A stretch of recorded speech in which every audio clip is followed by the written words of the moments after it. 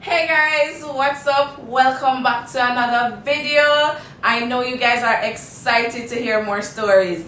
Now, if you're new here, my name is Crystal. This is Travel with Crystal, where I share travel vlogs, product reviews, story time, and more. You definitely don't want to miss any of these videos and the new ones coming, so hit the subscription button, watch the videos all the way to the end, catch up on a few stories, subscribe to my YouTube channel, and let's get right into this story. There's a saying that says smooth sea never makes good sailors, and when I tell you guys that there's facts to that, listen to this story.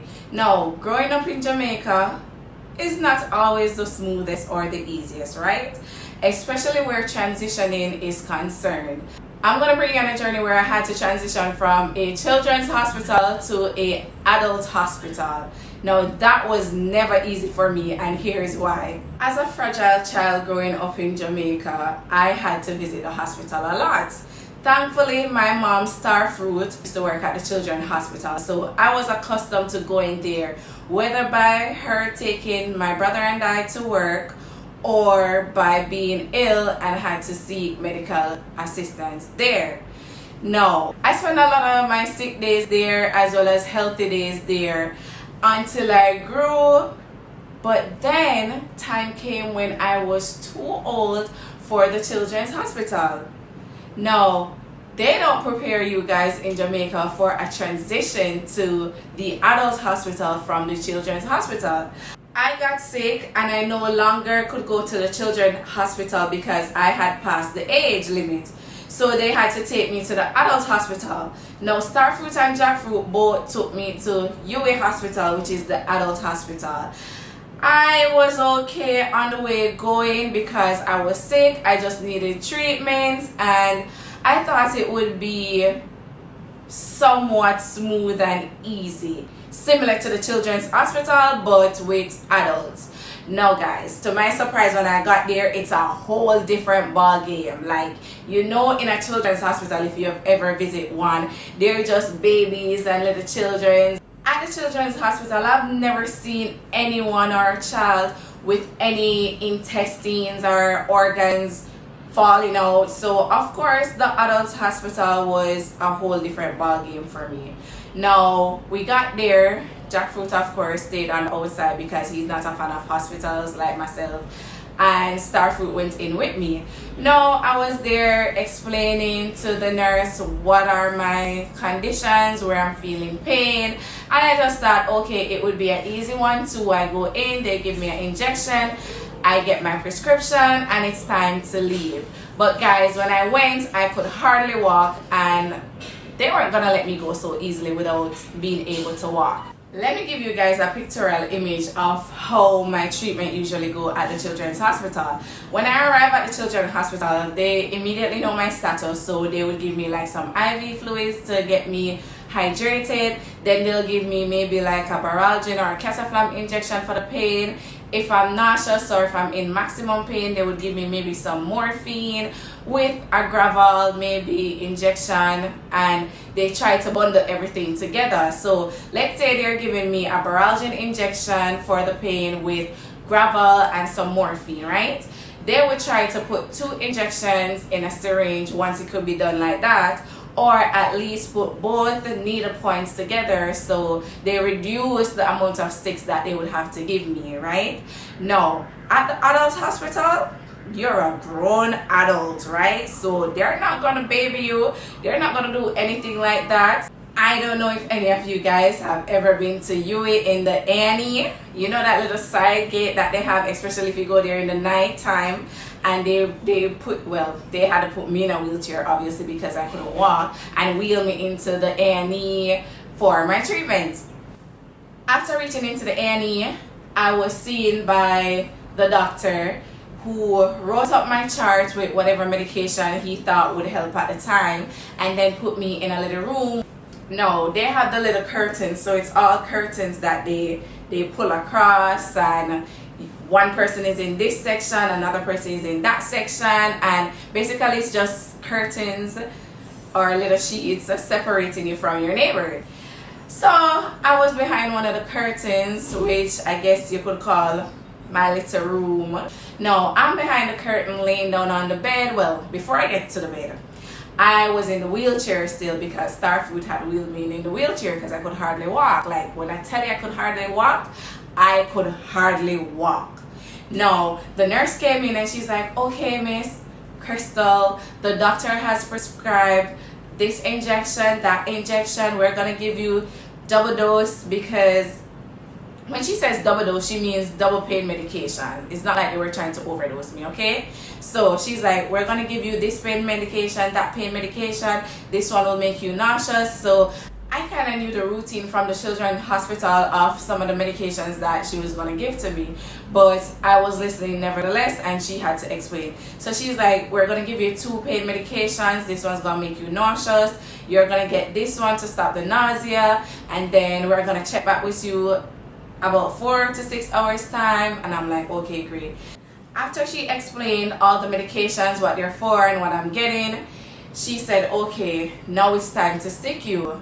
And I'm confused because I'm like, you're gonna stick me when at the children's hospital they would put it in my IV fluid? But anyways, I was feeling pain, I could hardly walk, so I was open to whatever she was saying.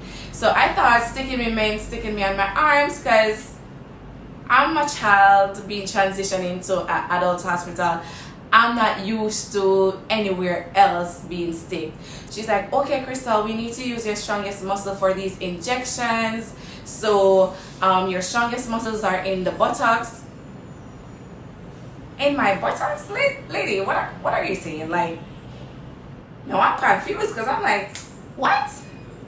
But anyways, she's like, you're gonna just pull down your lower parts, and I'm gonna stick you with these medications on your buttocks. I'm gonna put 2 on this side, 1 on that side.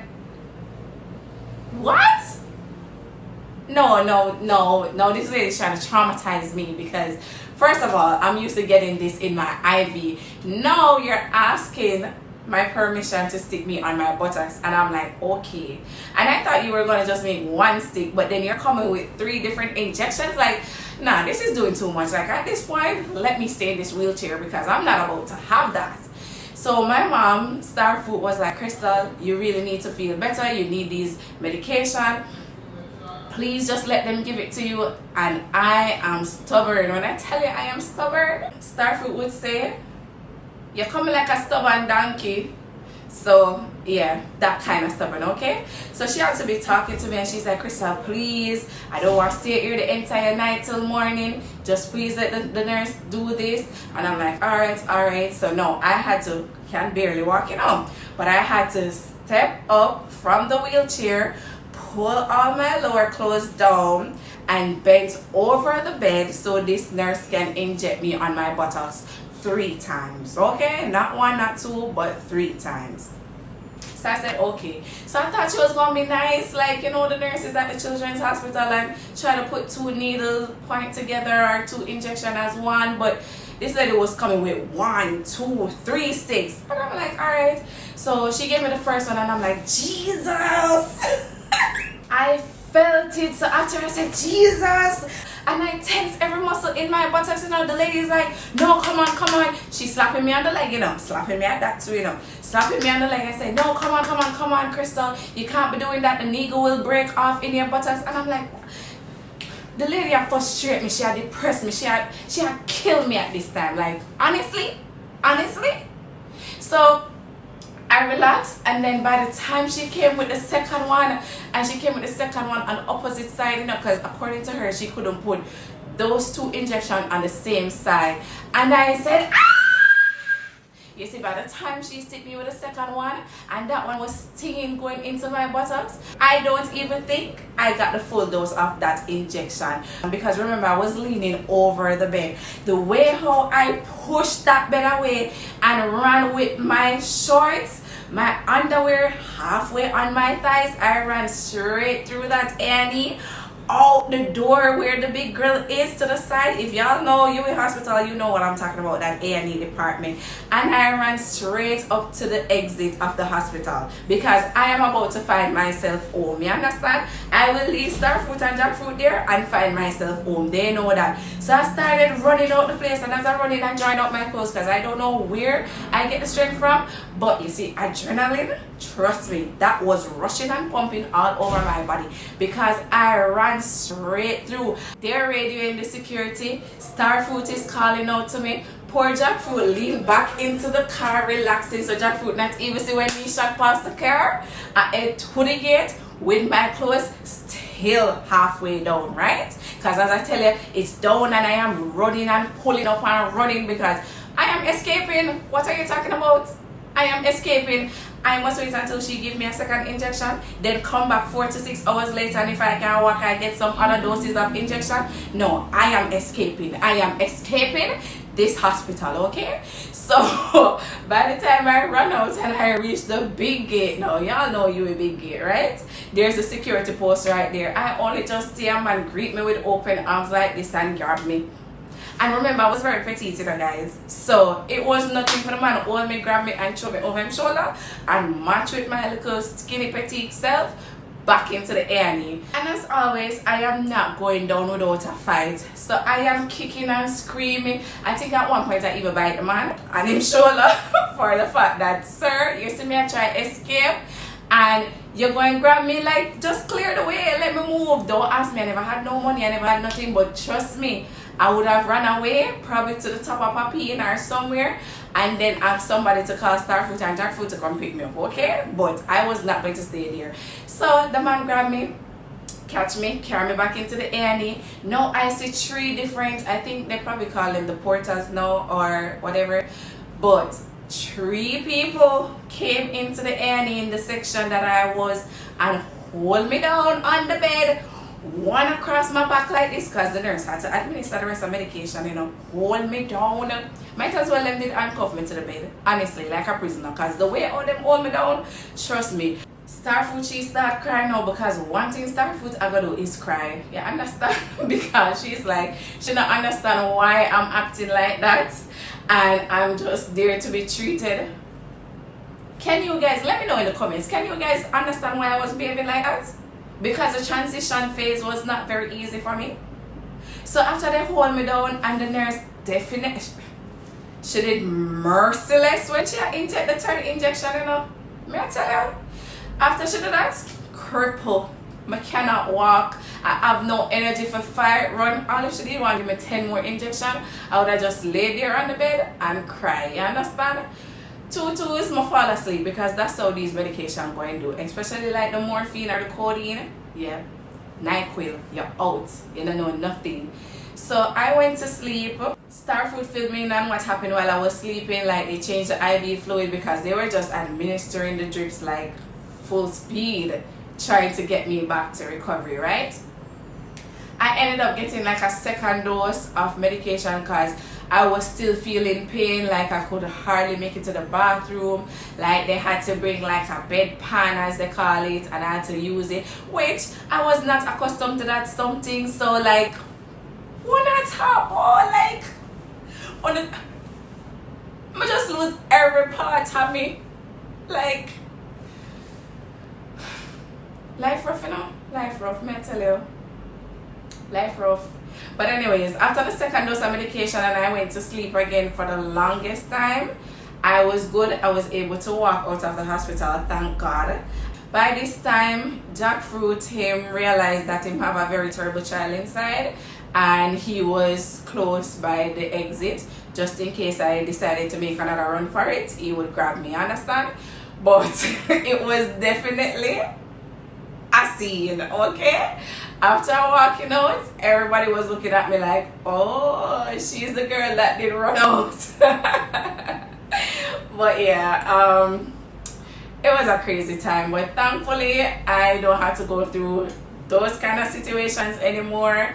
And now I am a big girl where taking an injection is concerned, because y'all saw me got my flu shot the other day, so y'all know I'm good. Actually, I now prefer injections over pill based on those childhood memories growing up.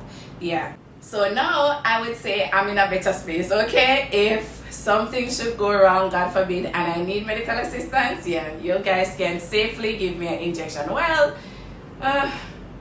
not so much, because I do remember there's another situation where I accidentally kicked a nurse.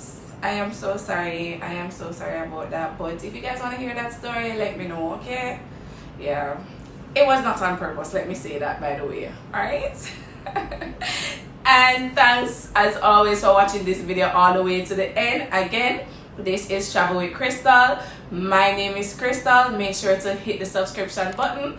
Like this video. Let me know what you think in the comments. Share it. And I'll see you in the next video. Bye.